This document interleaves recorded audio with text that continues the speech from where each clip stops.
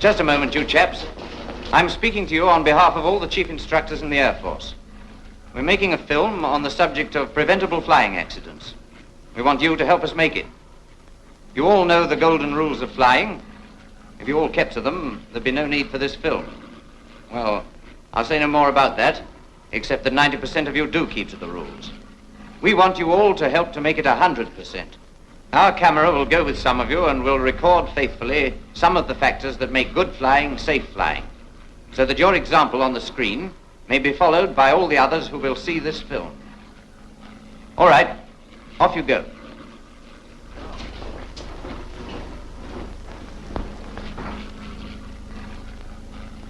Flying calls for care as well as courage. Time spent in learning the details of your aircraft may one day save your life. Don't imagine that a daily inspection alone makes your aircraft airworthy.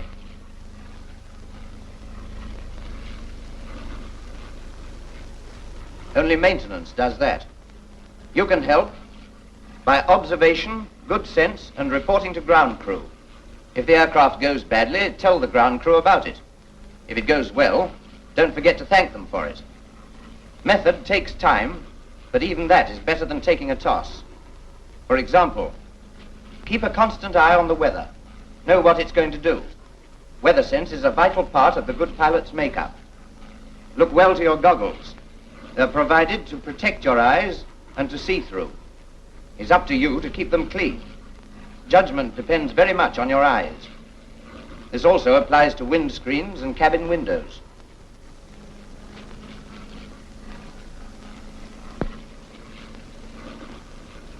Always check petrol and oil.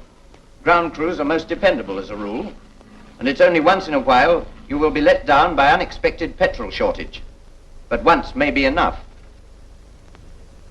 When engine running, have good and constant communication with your ground crew. Give your full attention to the job. An accident taking a second to happen may take years to forget. Learn all you can about handling your engine, both on the ground and in the air. Use engine sense. When taxiing, look often over each side of the cockpit and even to the rear when you can. Don't linger, but make absolutely sure that everything is all clear. Now I want you to come on my side of the fence and look at this question of preventable accidents from the angle of the service. You probably think I'm making a fuss over nothing. Buckled undercart can soon be put right. But have you ever thought what repairing a buckled undercart costs in terms of manpower, money power, and time power? Commodities that could be used for building fighters and bombers for the squadrons. No, sir. Can't say I have, sir. Well, open your eyes and look what your one piece of stupidity costs. Men who should be putting aircraft in the air are picking them up off the ground. Instead of transporting new aircraft, lorries, petrol, tires, and men's time are being used to carry your crashed aircraft. And maintenance units have to spend the time of hundreds of men making your aircraft airworthy again. Don't you think they have something better to do? Yes, sir. Of course. They certainly have. Their job is to maintain airworthy aircraft, not to waste their time repairing your needless crashes. What you fellows have to learn is air sense.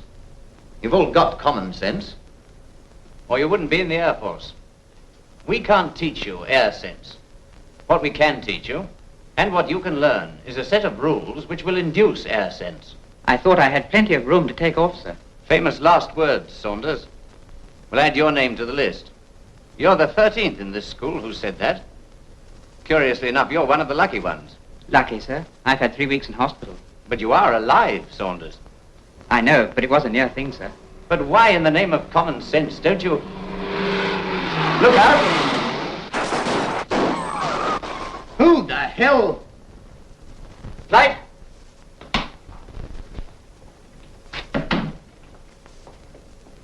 Yes, sir. That was L.A.C. Parker in 95, sir. That was. Parker? He was just passing out, wasn't he? I should imagine he's passed right out, sir. Come in. Well? Been coming in without looking, sir. Nearly collided with another fellow 100 foot up. Must have got the wind up, because he puts her nose up and turns and makes straight for the hangar. How he missed it, I can't think. Then he stalled. He's just about breathing, I suppose. The aircraft's written off, sir, I'm sorry to say. Another one who didn't look out. You know, thinking is easier done on the ground. Imaginary accidents harm nobody. So think shop and talk shop. If you'd imagined what might happen if you lost your way, you'd have been prepared for the emergency and known beforehand what to do. Well, sir, mid-forecast was okay, but the weather closed in and, well, I went on a bit, hoping to find a pinpoint when it cleared up. Which it didn't. No, sir. Even then, you should have turned back. Yes. Oh, I couldn't do that, sir. Well, why not? You're told to turn back if lost. Well, you see, sir, the Japs would have thought me yellow. If only I'd had the slightest bit of luck, everything would have been okay. But you went on and on. Forgot to look at your petrol gauge, ran out of juice, force landed, crashed a good aircraft, and nearly broke your neck. Yes. Open confession's good for the soul. A number of preventable accidents are caused by people who are more afraid of being thought yellow than they are keen to become good pilots. Oh, I'm keen, sir. Yes, I know you are. You're all keen. But for the sake of your own keenness, stick to the rules. You've plenty of time to show your courage when you're fully operational. Then you will take risks against the enemy. It's just damn silly to take unnecessary risks while you're in training. At this EFTS, they haven't damaged an aircraft for months. Practically always, there's only one reason why there should be any aircraft damaged at an EFTS, and that is disobedience by some individual to flying regulations. Flying, good flying, is a safe and very pleasant pursuit. But this training is only a stepping stone for you to become a fully qualified pilot in an operational squadron. Keep that goal in your mind and stick to the rules.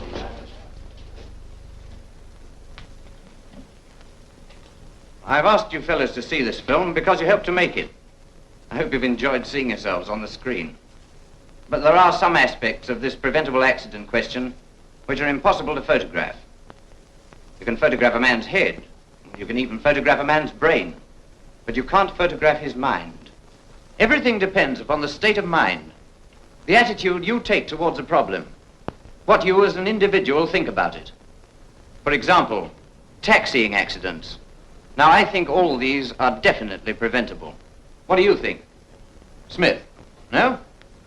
I see you've got something on your mind, Taylor. Let's hear it. Well, sir, most of us have never had an accident, and we may never have one. And an accident is something that happens to you before you know where you are, and you can't very well foresee an accident so that you can prevent it, can you, sir? That's just what you can do. Foresee. Foresee all the possibilities of accident, and you'll never experience one, because you will take all the precautions to prevent it. Now, imagine any one of you fellas has just landed and is about to taxi. What does a sensible chap do? At once he thinks about the job in hand, to taxi in. I may run into something. Anything ahead? No. Port? No. Starboard? Oh yes, aircraft just landed. What will he do? Good, waiting for me. No. Wind? Edge around a bit. Rev her up, off we go. Just a moment, what's that crossing the tarmac? Looks like a petrol lorry. He's across. All right to port. All right to starboard. All clear behind. Okay.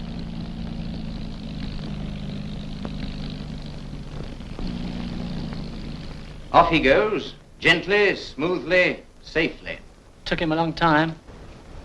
It only took him 30 seconds longer to make sure he had a clear run. Only half a minute longer to foresee possibilities, to anticipate trouble if there was any about. The windsock showed a pretty high wind, sir. Shouldn't he have had ground staff on his wingtip? Good work, Wilson.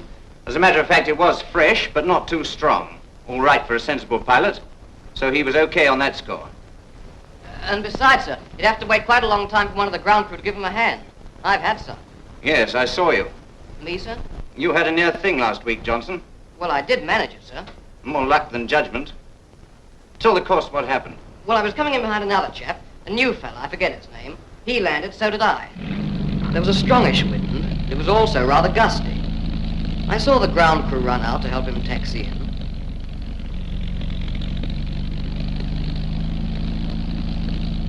didn't appear to be having any trouble in keeping the aircraft straight, so I thought I'd have a shot. Anyway, I felt a bit of a fool sitting out there waiting for someone to come out and lead me in. Besides, I had a date. So you set off. A gust of wind caught your tail and swung you round. You gave her full throttle and used hard opposite rudder. No good. You opened your throttle a bit more. By this time you were roaring along. You went up on one wheel, your wing almost scraped the ground, and just as the flight commander and I were waiting for it, by sheer luck she righted herself. Somehow or other you managed to taxi the remainder of the way in. Having made one boob, you should have learnt your lesson and waited for someone to come and help you. Well, sir, I did manage it. In one way, it's a pity you did. Good Lord, sir, why? Now you'll be tempted to do it again. And again until you finally bend one. I see the point, sir. I hope you will. But it's not easy to get rid of a bad habit. Bad habits on the ground and in the air are the biggest source of the preventable type of accident.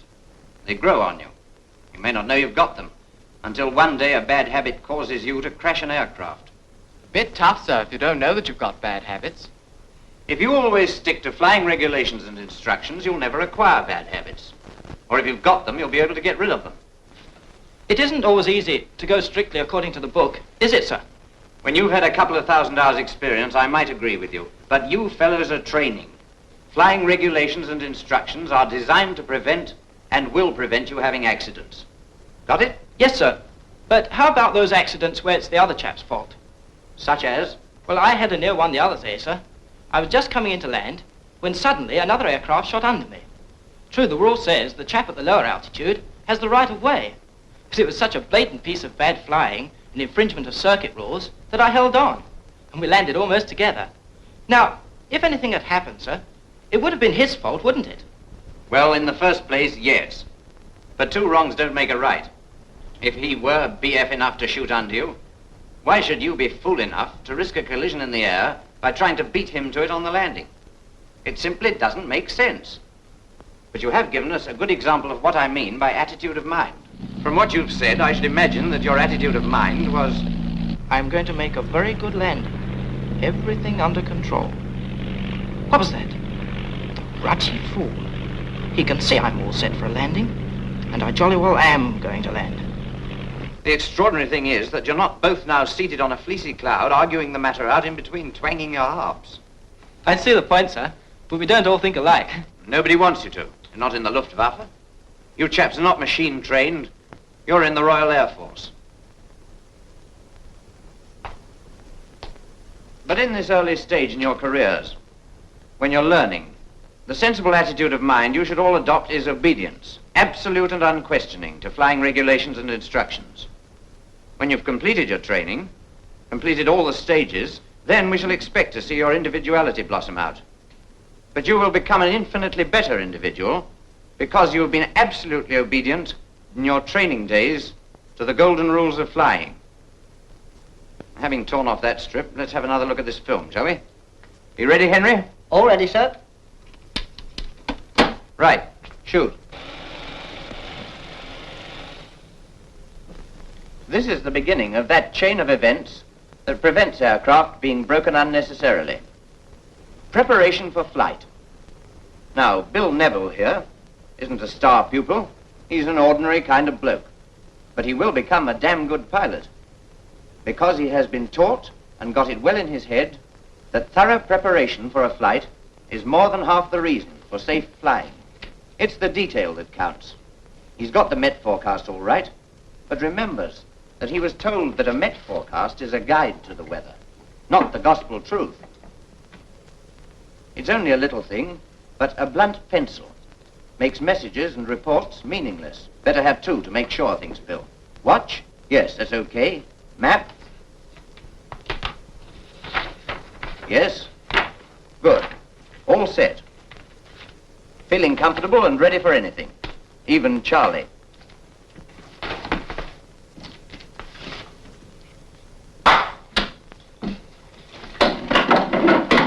Hello, Bill. All set? Okay, Charlie. What's the time? My watch has come. You can't go up without a watch. Oh, I'd easily be able to judge the time by the amount of petrol I've used. What are you doing? My first cross-country. Got your track worked out? Yeah, let me show you. You had it checked? Yes, rather. Let me see. Where are we? Oh, damn, that's the wrong section. Ah, here we are. You better be quicker when you go up or you'll get lost.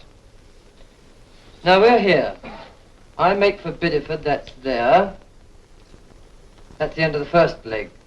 Now, if you've got any sense, you rub out all these old tracks.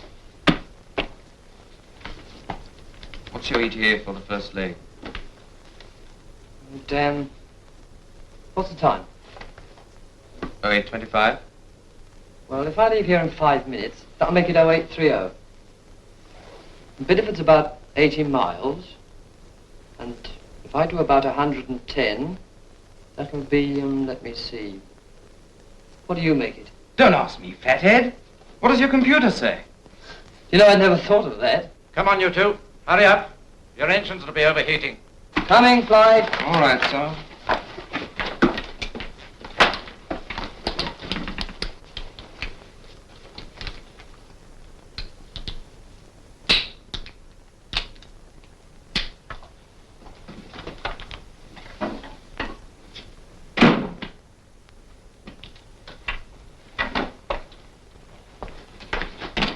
Sorry, Bill. Thanks. Damn it, I nearly forgot it. Something else you've forgotten, too. Oh, Bill, is there? Don't forget I lent you 5 bob last night. I'll pay it to you when I get back. Don't worry. That's what's worrying me. Will you get back? Don't imagine for a moment that Charlie is a bad pilot. But if only Charlie would prepare himself for a flight carefully, get his mind in proper trim for the job to be done. He'd save himself, his instructors, and his fellow pupils an awful lot of worry. He'd become a better pilot and a very much more reliable friend. Yes, he got back all right. But next time, you'd better get that 5 bob from him, Bill. Now. Pupils like Charlie Sutton are similar to the curate's egg, good in parts. Although Charlie made such a mess of his flight preparation, once he's in the cockpit, he does everything according to the book of rules.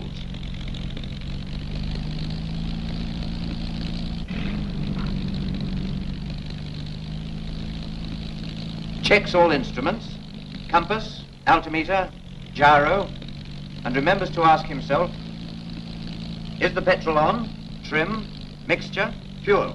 Got that all right. And he remembers to look out before starting off. Sutton is not in a hurry now. He's master of the aircraft and master of himself.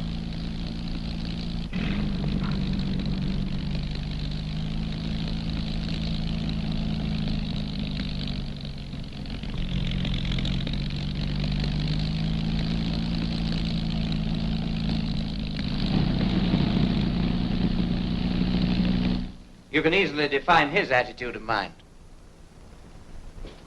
And there are hundreds like him, fellows who will become good pilots. Put them in an aircraft and they'll fly it, and fly it well. The trouble is they're careless in preparation, thoughtless about detail, and forgetfully, I don't think willfully, but forgetfully disobedient to flying regulations, circuit rules, and procedure. They are the fellows who, sure as fate, will experience a crash that need never have occurred, a tomfool pileup. All good films have a trailer. You know the kind of thing I mean, stupendous attraction, smash hit, with cuts from the film itself. We had a trailer made, but decided to put it on at the end, just to be different. It's entitled, ready, Henry? All ready, sir. Entitled, These Were Their Last Words.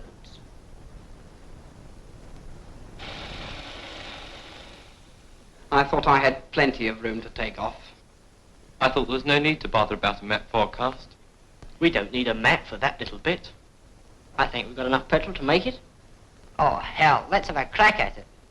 By gad, I forgot to set the altimeter.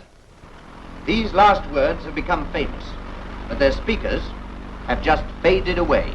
The majority of you fellows will, I know, make these words your guiding motto throughout your training. Obedience to flying regulations is the safest and quickest way to your next step up the ladder towards the height of every pupil's ambition.